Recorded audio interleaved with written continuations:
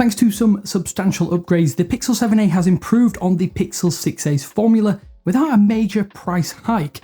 Is it worth that upgrade though? Here's everything you need to know. Thanks for watching 9to5Google here on YouTube. Remember to thumbs up, hit subscribe and then tap the bell icon to be among the first to watch our upcoming videos. So because the Pixel 6a sits at the end of the Pixel 6 series and the 7a sits at the end of the Pixel 7 series, the designs straddle previous and current flagships, respectively. The camera bar is where the most notable changes come to the hardware design. Google has mimicked that metal camera bar on the Pixel 7a with that latest A series model. It is actually a slightly weird metal that feels like plastic, while the 6a retains the glass panel which was prominent on the Pixel 6 and 6 Pro. The changes don't actually stop there. Somewhat sadly, these standout matte black side rails have been removed. Instead, it's matte metal around the frame. This has a twofold effect. Firstly, it should help aid durability with fewer issues with paint flakes and chips. It also frames the screen slightly differently, reducing the optical effect of larger bezels because the frame is a different colour to the screen edges. One of the biggest differentiators is that display quality though. Each smartphone is still rated at 1080p, which is fine for a screen of this size at 6.1 inches. The caveat here is that the Pixel 6a screen is clocked and capped at 60Hz, while the 7a can now be tuned to 90Hz. Content when this is set flows nicely and the added frames elevate every single interaction with your phone. It is tuned to 60Hz on the 7a out of the box, so of course we recommend tuning that on or turning that on right away. The combination of the higher refresh rate and increased brightness also makes it one of the most important upgrades for a Pixel A series smartphone since its inception. One of the biggest or nicest bonuses is that because the panels are the same size, you can actually use a Pixel 6a screen protector this year again too, and I've left a link to a 3-pack that I recommend down below. One thing that must be noted is that the increased weight of this new device. The 6a comes at 178 grams, while the 7a now has some added heft at 193 grams. It may not seem like a great deal, it could be important to you, especially as you're carrying this around every day. You also get extra colour options with the newer model, which is 4 versus 3 on the 6a. So both of these phones are running the latest version of Android 13, and the core experience does, like all of the other devices previously, remain identical. A few exceptions are the inclusion of the Google One VPN for the Pixel 7a. This is entirely free and offers free VPN protection, at least for 5 years that this device is supported. While the in-display fingerprint scanners are identical on both devices and mostly reliable, the 7a also has the added advantage of software-based Face Unlock, and this is a nice extra unlock option and is just as seamless as it is with the Pixel 7 and 7 Pro. The software stack itself might be identical, but the update schedule, given that one of these devices is a year older, is different. The 6a has received one of these 3 promised OS updates and will be eligible up to Android 15, while the Pixel 7a is set to get Android 14 and Android 16 as its final update. With 5 years of security patches also available, you'll get support to July 2027 and July 2028 respectively. One of the most notable performance improvements though is the high refresh rate screen. This enhances those interactions, and while the 6a is no slouch of its own, it does feel slightly slower as a result. Also on top of that, upping the RAM to 8GB should mean that the 7a will age more gracefully, with apps being able to take advantage of that added memory, and you're not necessarily having as many problems with apps disappearing when you want to re-access them after a long time in elsewhere in the system. So with similar device dimensions come similar internal cell sizes, but last year's Pixel 6a has the edge here, but not by much. There are a few factors at play when it comes to the lifespan of each handset. Firstly, the Pixel 6a has a 60Hz screen. The first generation Tensor processor though appears to be more power hungry, at least in our experience.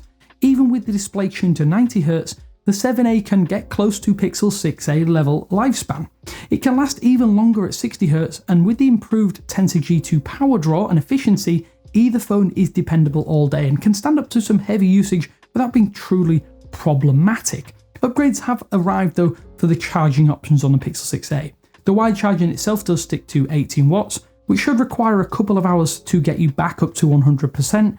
The pièce de résistance though is undoubtedly the addition of wireless charging. Annoyingly, it's capped at 7.5 watts, but you're now able to use the Pixel stand and enjoy the ability to get charged without plugging in any extra cables. When we start to talk about the cameras, if you want the best point and shoot of these two, then the Pixel 7a offers the first major upgrade since 2019, and it's a no-brainer.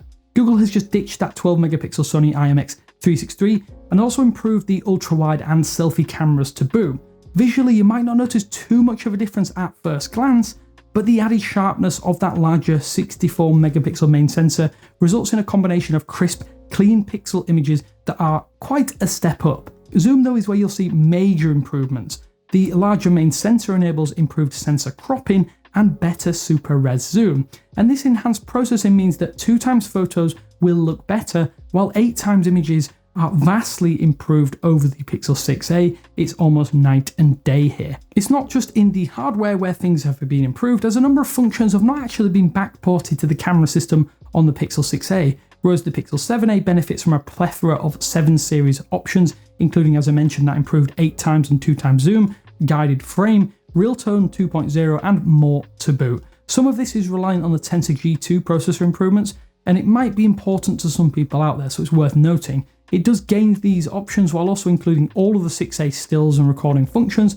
like locked focus, cinematic pan, and more. When we look at the ultra-wide, as this has been improved to 13 megapixels, this may seem minimal at first, but when using the camera, you can actually zoom out to 0.5x versus 0.6x on the Pixel 6a. This extra 6-degree increase in your field of view might actually come in handy by allowing you to get just a little bit more in the frame before hitting the shutter button. Selfie shots are also improved quite substantially, with a big bump from 8 megapixels on the 6a to 13 megapixels on the 7a. That upgrade has been necessary to enable face unlock, which requires higher resolution facial detail to work in this software-based implementation. It's not necessarily a fair comparison given the almost ancient hardware on the Pixel 6a, but the 7a absolutely obliterates it in every single area. So to summarise, for anyone on a limited budget or looking for a backup device, a solid one at that, Google has made the sensible decision to keep the Pixel 6a in the lineup for another year. That said, we think the Pixel 6 might be a better option if you're looking or willing to pick up an older model.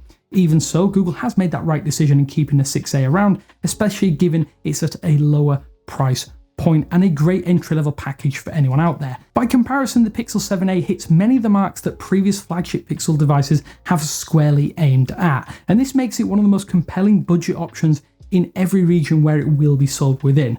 $499 gets you a lot of phone here. It too, though, suffers a little from its predecessor. The Pixel 7 has a few significant upgrades that make that worth a look here too. In our eyes, the Pixel 7a is the improved A series device that we probably should have seen when Google launched the 6a last year. Sure, it feels like a year late, but it has enough in the tank to be a great affordable Android phone for years to come. And that's how the two stack up. The 6a is a good phone in its own right, but the 7a really does shunt that to the side. And hopefully this video has helped you make a purchase decision or an upgrade decision. If you did enjoy this video, please consider giving it a like. It always helps us out here. But this is Damien with 9to5 Google saying thanks for watching, and I will speak to you later.